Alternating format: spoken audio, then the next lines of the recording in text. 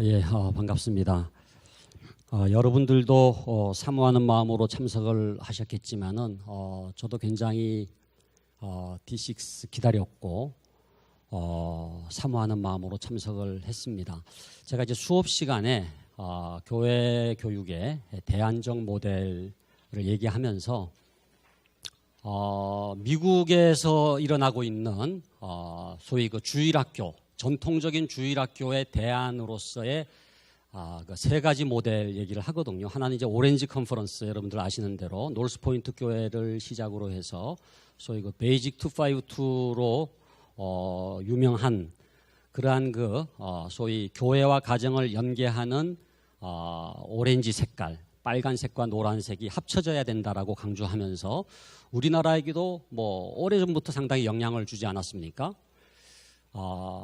그 운동이 하나의 또 사례고, 두 번째는 FFC 운동이라고 해가지고 Family Friendly Church 운동이라고 하는, 그게 뭐냐면은 가정 친화적 교회 운동. 이게 이제 또 미국에서 일어나고 있는 중요한 또 이제 흐름이거든요. 그거는 뭐냐 하면은 모든 목회를 가정 중심으로 하는 겁니다. 그래서 교회 중심이 아니라 하여튼 가정 중심으로 하는, 그러니까 D6하고 굉장히 이제 철학으로 이제 유사하다고 볼 수가 있는데, 세 번째가 이제 이 D6 운동, 우리 로넌토 박사님이 직접 오셔가지고 이렇게 귀한 강연을 해주시는데, 그 세 가지 흐름의 공통점이 있다면은 바로 교회와 가정의 연계거든요.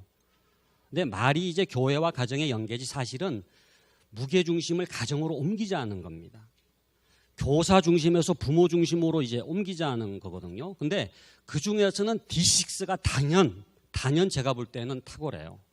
왜냐하면은 D6는 전체 목회 구조를 다 이렇게 포용을 하고 있어요. 그러니까 교회 교육 프로그램이 아니라 목회 안에서 다음 세대를 끌어안는 거기 때문에, 여러분들 잘 아는 그 귀가 하나뿐인 미키마우스 얘기를 하고 있지 않습니까? 그러니까 주일학교라고 하는 게 이렇게 튀어나온 그런 이제 귀가 아니고, 전체 목회가 다음 세대 지향적 목회가 돼야 되고 가정 중심의 목회가 돼야 된다는 점에서 훨씬 더 발전된 모델이에요. 거기다가 뭐 168대 1 얘기를 많이 들으셨겠습니다만은, 그래서 그런 점에서 제가 이제 D6에 대해서 강의도 하고, 이제 정말 이 D6로부터 우리가 배울 게 너무나 많다고 이제 생각을 이제 하면서 저의 이제 사모함의 이제 굉장히 그 중요한 한 부분이 뭐냐면, 한국에서 이 D6를 어떻게 리얼라이즈 하느냐, 어떻게 이 접목을 시키느냐, 그걸 어떻게 이 한국적 그런 이 풍토 안에서 녹여내느냐라고 할 때 이제 굉장히 중요한 이제 또 과제가 오늘 제가 지금 말씀드리려고 하는 이 내용입니다. 그러니까 교회와 가정이 연결되는 것 플러스 이 학업 문제에 대해서 우리가 관심을 갖고, 그래서 교회와 가정과 학교, 또 교회와 가정과 학업이 연계되는 모델이 될 때에 그 D6의 원래 정신이 훨씬 더 잘 우리 목회 현장에서 구현될 수가 있겠다라고 이제 생각을 하는 겁니다. 그래서 제 자신도 지금 이제 이 D6하고의 만남을 통해서 저의 기독교 교육 실천에 일종의 지금 뭐라 그럴까요? 발전을 경험을 이제 하고 있는데, 저의 이제 또 부족한 경험을 통해서 또 여러분들 나름대로 여러분들 교회에 이걸 어떻게 접목할 수 있을지에 대해서, 또 우리 D6 관계에 되시는 분들은 한국이라고 하는 뭐 아시아 국가가 다 그럴 수도 있겠지만, 특별히 한국이라고 하는 컨텍스트에서 어떻게 D6를 접목하는 게 좋을지에 대한 조금 진지한 관심을 갖고 함께 탐구해 나가는 그런 시간이 됐으면 하는 바람이 있습니다. 그래서 제가 제목을 교회, 가정, 학교를 연계하는 부모 중심 교육 목회라고 정했어요. 그 세 가지, 교회, 가정, 학교. 물론 이제 학교를 강조하지 않아도 이미 교회, 가정 안에는 아까도 우리 로넌토 박사님이 말씀을 하셨지만은, 그런 굉장히 그 신앙적인 거가 제대로 되면은 학업 문제가 이제 해결되어진다라고 하는 그런 게 이제 깔려 있지만은, 조금 더 강조하기 위해서 제가 끄집어내 가지고 교회, 가정, 학교 연계 모델로 설명을 드리고 싶습니다. 그러면서도 부모 중심 교육 목회라고 하는 게 이게 이제 대안이거든요. 자, 그렇다고 한다면은 이게 이제 오늘 한 다음에 이걸 눌러야 되는데 제가 오늘 하지 않은 채 눌렀습니다만은, 지금 현재 우리가 교회 교육의 위기를 진단하는 게 왜 필요하냐, 이제 위기 얘기 그만하자라고 생각할지도 모르지만 진짜 위기의 원인이 뭔지를 알아야 진짜 대안이 나오는 거거든요. 그러니까 저는 우리나라는요, 우리 한국 교회는요, 이 진단에 굉장히 인색해요. 그리고 진단을 제대로 해본 적이 없어. 주로 그냥 주장이에요. 주장. 이래야 된다. 목소리 큰 사람에 의해서 총회조차도 정책이 결정되는 식으로 되다 보니까 정말로 제대로 다음 세대 위기의 원인이 뭔지를 정확하게 진단하면 이미 처방은 나오는 겁니다. 여러분들이 질병에 걸려가지고 병원을 찾아가면 제일 중요한 게 이제 진단을 하는 거거든요. 진단을 정확히 하면 사실은 치료는 그렇게 어려운 게 아니에요. 아주 불치병이 아닌 다음에는 다 나와 있어요. 그죠? 약이 개발돼 있어요. 그런 점에서 진단을 잠깐 좀 해보겠는데요. 먼저 제일 중요한 거는 지금 현재 이 탈종교화 현상입니다. 아까도 우리 질문하신 분이 그런 질문했지만은 한국이라고 하는 이 상황이 굉장히 종교적으로 지금은 척박한 풍토예요.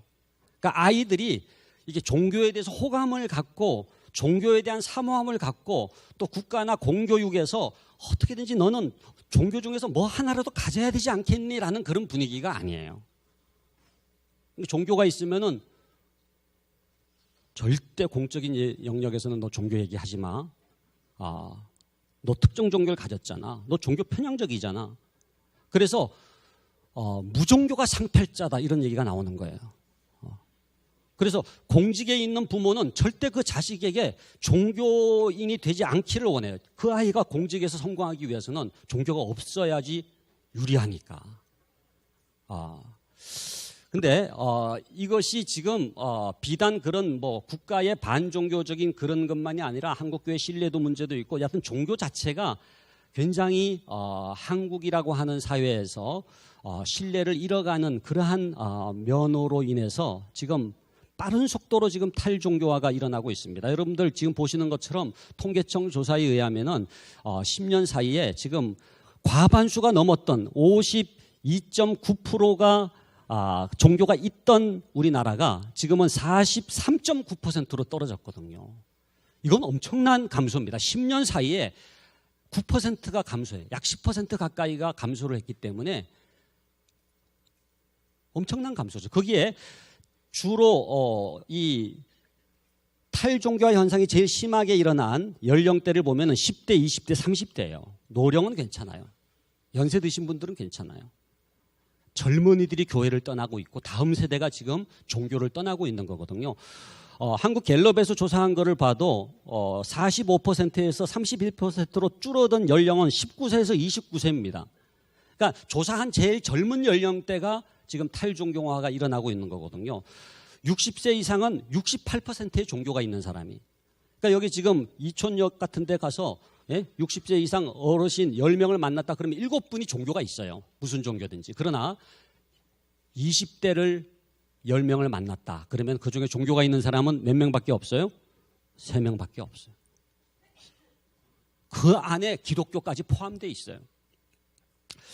그래서 우리가 지금 사실은 제가 볼 때는요, 이 다중적 요인이 지금 교회 학교 감소에 영향을 주고 있는데, 그거는 학령 인구 감소라고 하는 영향이 이게 굉장히 큰 영향입니다. 그런데 반종교적인 또 종교에 대한 신뢰도 감소, 이것이 또 종교 인구를 줄이기 때문에 종교 인구 가운데 다음 세대 종교 인구라고 할 때에는 굉장히 다중적으로 지금 급격하게 감소하고 있는 거예요. 교회 학교 학생 수가 어느 정도 줄어들었느냐?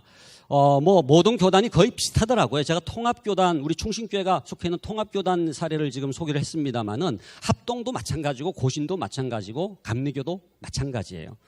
41.9%가 10년 사이에 줄어든 겁니다. 41.9%. 특별히 유년부, 초등부, 소년부를 기준으로 할 때 41.9% 무슨 얘기냐 하면은 반토막이 난 겁니다.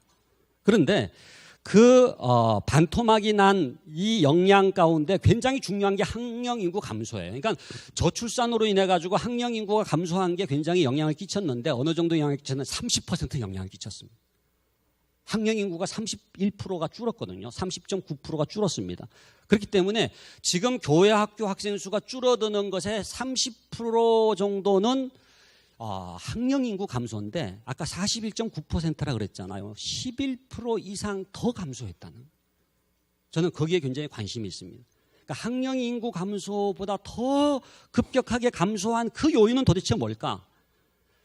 그래서 제가 조사를 한 게 이제 교회학교 위기 요인 분석이에요. 그런데 이 교회학교 위기 요인 분석 연구는 제가 한 번만 한 게 아니라 제가 연구를 했고 그다음에 통계 전문가인 저희 학교의 이만식 교수라고 같이 공동 연구로 또 전국적으로 또 한 번 연구를 했는데 놀랍게도 똑같이 결과가 나왔어요.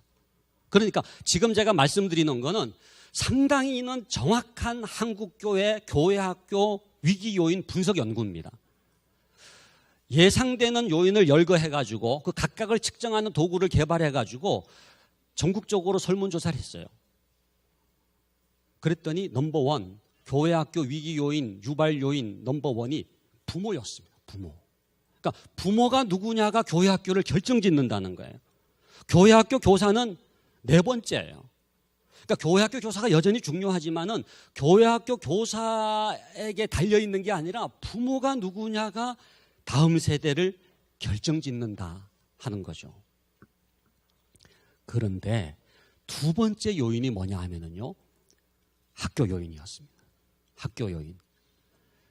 이 학교 요인이라고 하는 게 뭐예요? 학업 문제, 성적 문제, 수능, 입시 문제, 사교육 문제 있잖아요. 이것이 지금 두 번째 요인. 그러니까 무슨 교회학교 프로그램이라든지 시설이라든지 교육 내용 공과책이라든지 제가 저희 교단 GPL 공과 개발 연구를 책임 맡고 있습니다만 그게 6년 지금 완간이 됐습니다. 그래서 내일 모레네요. 이제 우리 완간 감사 예배를 이제 드리게 되는데 공과책이 아니라는 거예요. 첫 번째 요인과 두 번째 요인을 합쳐가지고 설명한다면 이겁니다. 부모의 자녀 학업관이 다음 세대를 결정짓는다. 교회 학교를 결정짓는다. 그러니까 부모가 어떤 자녀 학업관을 가지고 있는지가 교회 학교의 성장이냐 침체냐를 결정짓는 요인이 된다는 거예요. 왜? 주일 아침에도 학원을 보내버리니까. 저희가 따로 이제 교회 학교 학생들 1019명 학생들을 대상으로 설문조사를 했습니다. 주일 아침에 교회 학교를 못 나오는 이유가 뭐냐? 제일 많이 나온 게 학원 가기 때문이었거든요. 그 아이가 스스로 교회 안 나가고 학원 간 게 아니에요. 누가 그렇게 시켰죠. 보냈죠. 누가 보냈습니까? 엄마가 보냈죠. 엄마가. 그래서 그 엄마를 추적을 해보니까 집사님, 권사님, 구역장. 그런데 주일 아침에 학원을 보내는 거예요. 그러니까 그 아이는 언제든지 교회를 떠날 준비가 된 겁니다. 그러니까 어떤 점에서요. 지금의 다음 세대의 침체, 교회 학교의 위기라고 하는 것은 부메랑이 돼서 돌아오는 거예요. 그러니까 실질적으로 우리 부모님들이 자녀 교육에는 굉장히 관심이 많았죠. 자녀 교육열은 얼마나 뜨겁습니까? 그러나 그 교육열이라고 하는 게 세속적인 교육열이었다는. 그러니까 신앙교육을 제대로 하지 않았어요. 가정예배 안 드렸어요. 신앙적 대화 안 했고 집에서 성경 같이 안 읽었어요. 그러니까 부메랑처럼 결국은 부모가 가장 중요하게 생각되는 대로 지금 자녀가 되고 있는 거예요. 그건 뭐예요? 명문대 들어가는 거죠. 그 대신에 교회를 떠나는 거예요.